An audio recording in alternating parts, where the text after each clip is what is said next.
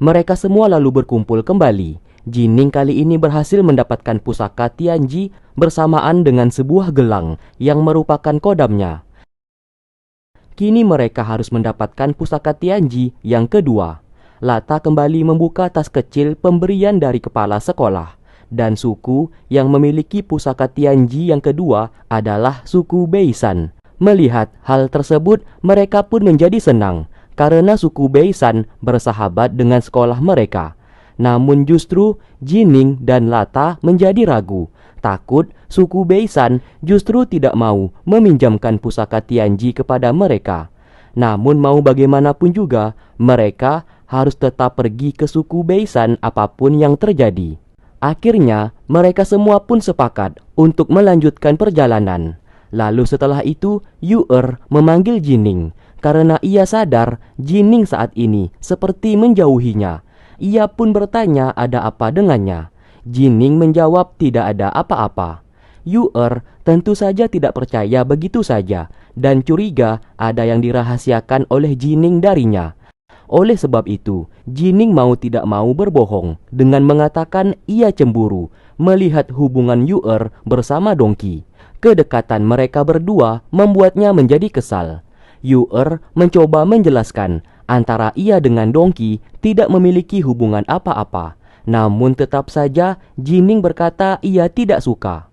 Jining sengaja berkata seperti itu karena sebenarnya ia mau secara perlahan menjauhi Yu'er. Karena bagaimanapun juga Yu'er memiliki penyakit racun hati. Namun di sini Jining tidak mau berkata kalau ia sudah tahu mengenai penyakitnya itu.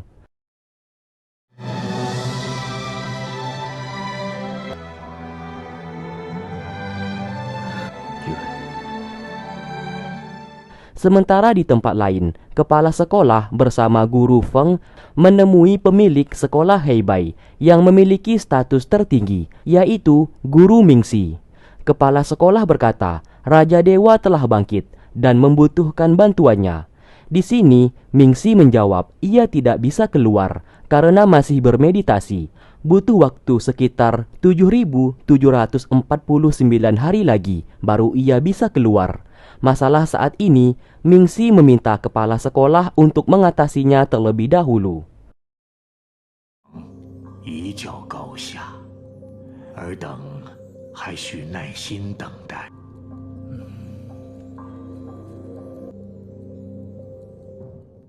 Sedangkan saat ini, Xuanji justru menjadi senang atas kebangkitan Raja Dewa.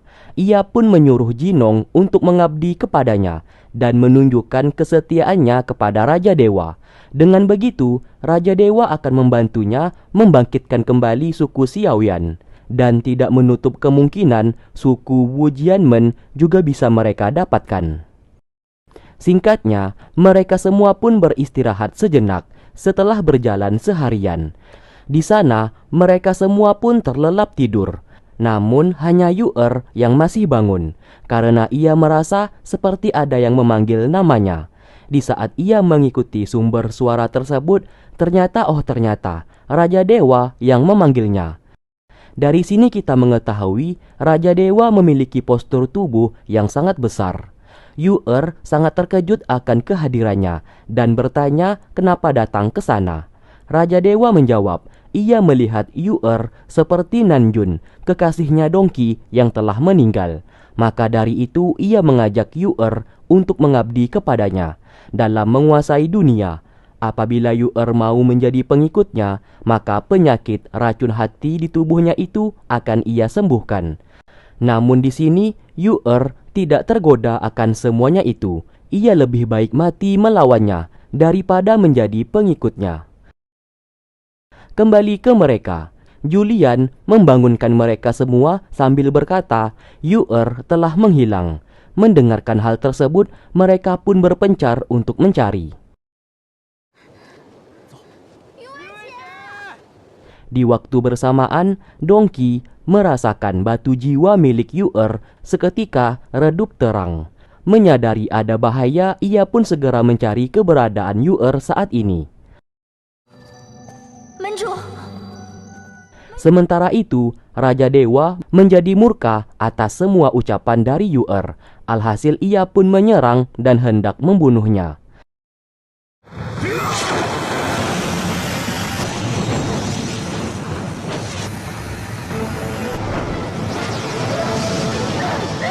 Tak lama kemudian, Jining datang ke sana dan mengeluarkan semua kemampuannya untuk melawan Raja Dewa. Namun siapa sangka Raja Dewa yang saat ini kekuatannya belum pulih berhasil dikalahkan oleh Jining, yang membuat Raja Dewa segera pergi dari sana. Karena serangan Raja Dewa yang membuat Yu-Er saat ini menjadi terluka parah. Tiba-tiba Dongki datang ke sana dan berusaha untuk membantu Yu-Er dalam menyembuhkan lukanya.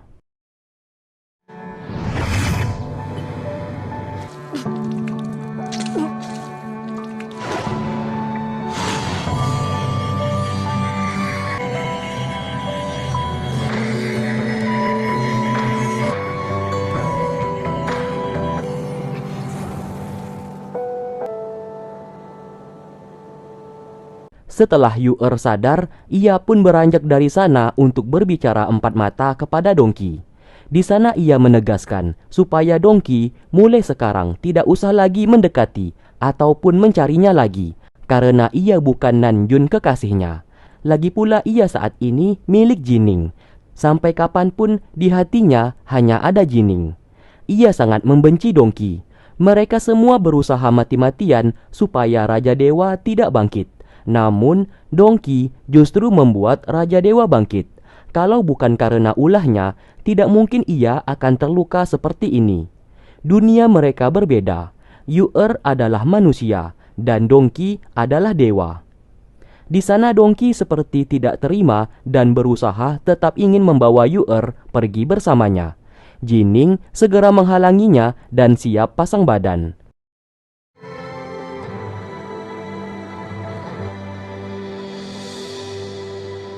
Yu-Er lalu mengusirnya dari sana dan meminta untuk tidak usah kembali lagi. Dongki, si dewa idiot ini akhirnya pergi dalam kondisi galau merana.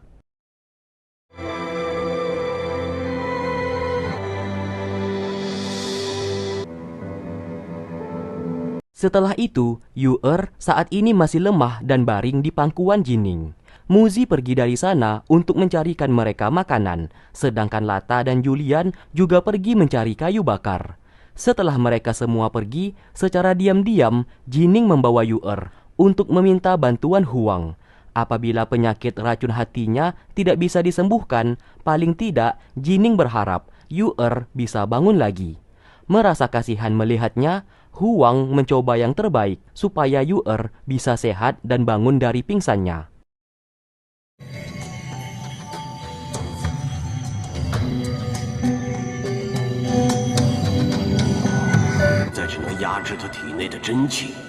Setelah berhasil melakukannya, ia pun menteleportasi mereka berdua.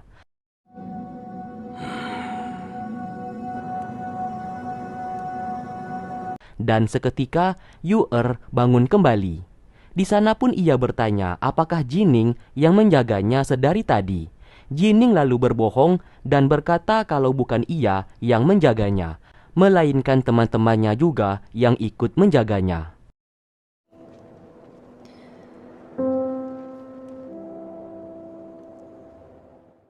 Dongki saat ini dihampiri oleh Raja Dewa. Melihatnya di sana, Dongki menjadi marah karena telah menyerang Yu-Er.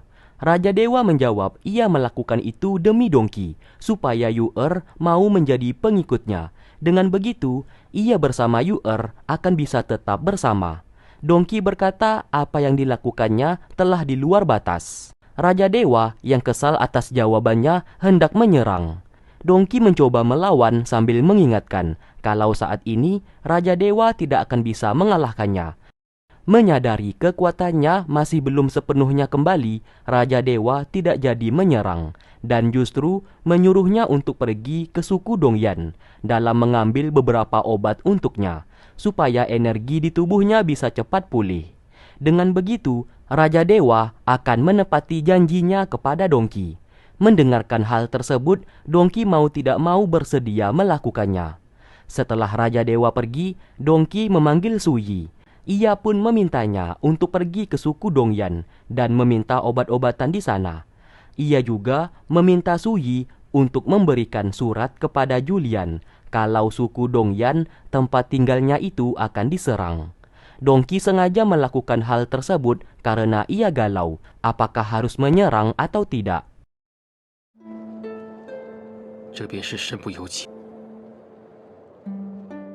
Lalu di malam harinya, Su Yi datang ke sana dan memberikan surat kepada Julian. Melihat isi surat tersebut, Julian ingin segera kembali ke sukunya karena suku Dongyan dalam bahaya. Mereka semua pun bertanya mengenai kebenaran surat tersebut.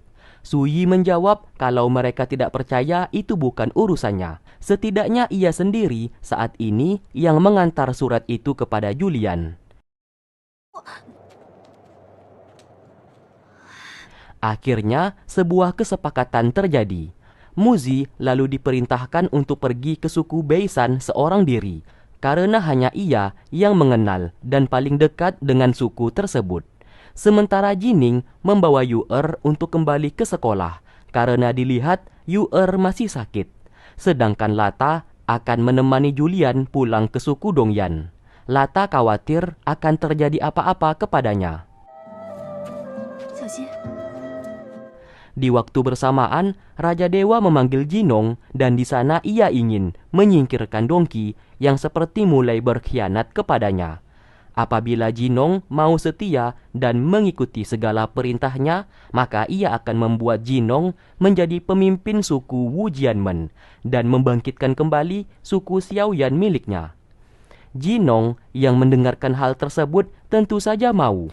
Ia akan setia dan melakukan apapun perintah Raja Dewa. Lalu Jinong diperintahkan untuk merebut 2 barang pusaka Tianji dari sekolah Heibai.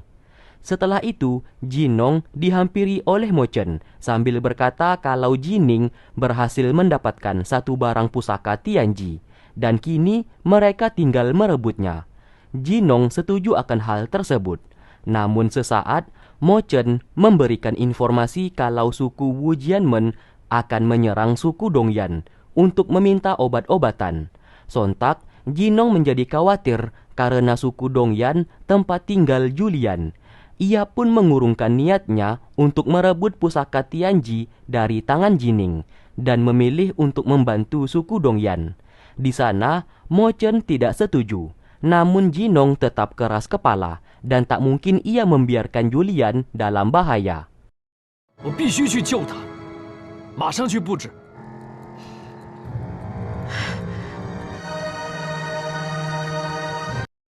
Singkat cerita, Su Yi membawa pasukan suku Wu Jianmen mendatangi suku Dongyan. Kepala suku di sana segera pasang badan terhadap pasukan musuh yang datang. Su Yi lalu meminta kepala suku Dongyan untuk menyerahkan obat-obatan mereka. Namun apabila tidak menyerahkannya, ia bersama pasukan suku Wu Jianmen akan menggunakan cara kasar. Kepala suku tentu saja menolak meskipun harus berkorban nyawa. Alhasil, pertarungan pun tak dapat terelakkan. Sementara itu di tempat lain, Jinong telah membawa pasukan suku Xiaoyan miliknya untuk membantu suku Dongyan. Mo Chen berulang kali mengingatkan apabila sampai ketahuan Dongki kalau ia membantu suku Dongyan, sama saja hal itu menggagalkan misi suku Wu Jianmen dan Dongki akan curiga atas apa yang dilakukan oleh Jinong. Di sana Jinong menjawab ia memiliki cara supaya tidak ketahuan. Suku Dongyan akhirnya kalah bertarung dan disandera. Su Yi memerintahkan pasukannya untuk mengambil semua obat-obatan di dalam. Tak lama kemudian, Su Yi mendapatkan informasi kalau di luar, Julian bersama Lata dari sekolah Heibai telah datang. Su Yi bergegas pergi keluar. Ia pun hendak melawan mereka berdua, namun sesaat Lata segera melempar Julian pergi jauh. Sementara ia akan melawan Su Yi di sana. Julian akhirnya telah tiba. Melihat ayahnya disandera, ia pun mencoba melawan pasukan di sana.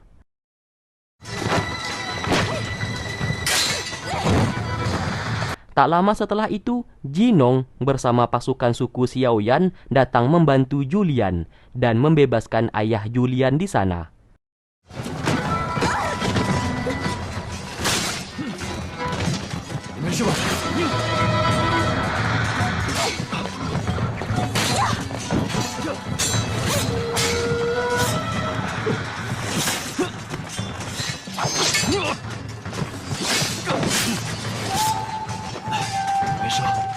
Lalu pasukan suku Wu Jianmen segera kembali menemui Su Yi. Di sana mereka berkata kalau terdapat pasukan suku Xiaoyan yang datang menyerang mereka dan memilih membantu suku Dongyan. Mendengarkan hal tersebut, Su Yi telah menyadari kalau semuanya ini pasti ulah dari Jinong. Ia pun mengajak pasukannya untuk segera pulang dalam melaporkan masalah ini kepada Dongqi. Sementara itu, Jinong yang masih menyamar segera pamit kepada ayah Julian tanpa menunjukkan wajah dan identitasnya. Julian yang menyadari itu adalah Jinong segera mengejarnya dan segera melepaskan penutup wajah itu. Bukannya berterima kasih, Julian justru mengejeknya karena baginya penutup wajah dan kostum yang dipakai oleh Jinong terlihat lucu.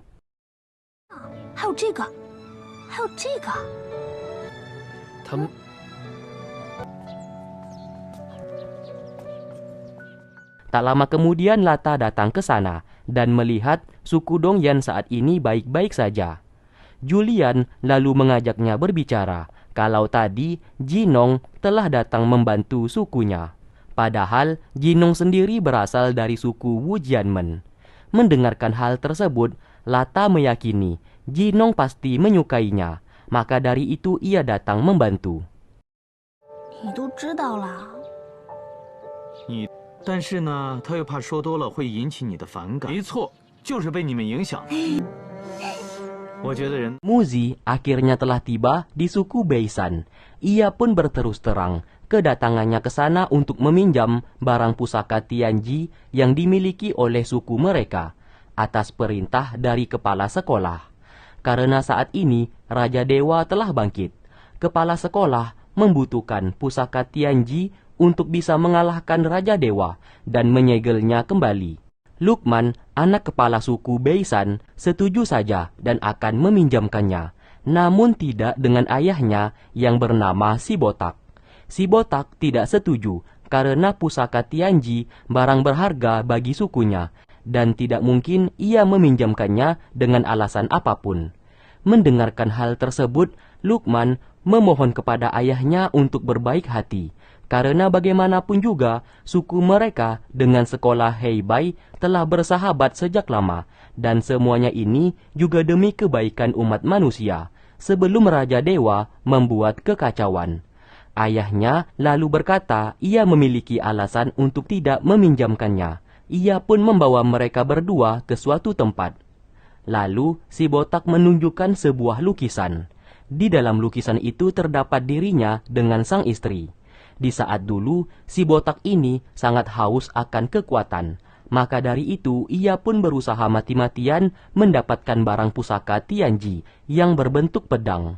Namun sayang, pedang itu memiliki kodam yang tak dapat ia kendalikan, yang membuat ia termakan jiwa jahat dari pedang tersebut. Karena jiwanya telah dikendalikan oleh pedang pusaka Tianji, ia pun membunuh anggota keluarganya sendiri tanpa ia sadar.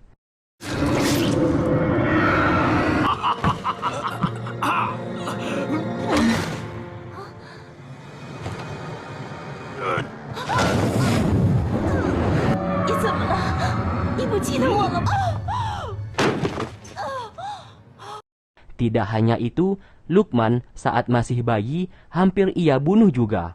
Namun sayang, istrinya segera menahan serangan tersebut yang menyebabkan sang istri tewas seketika.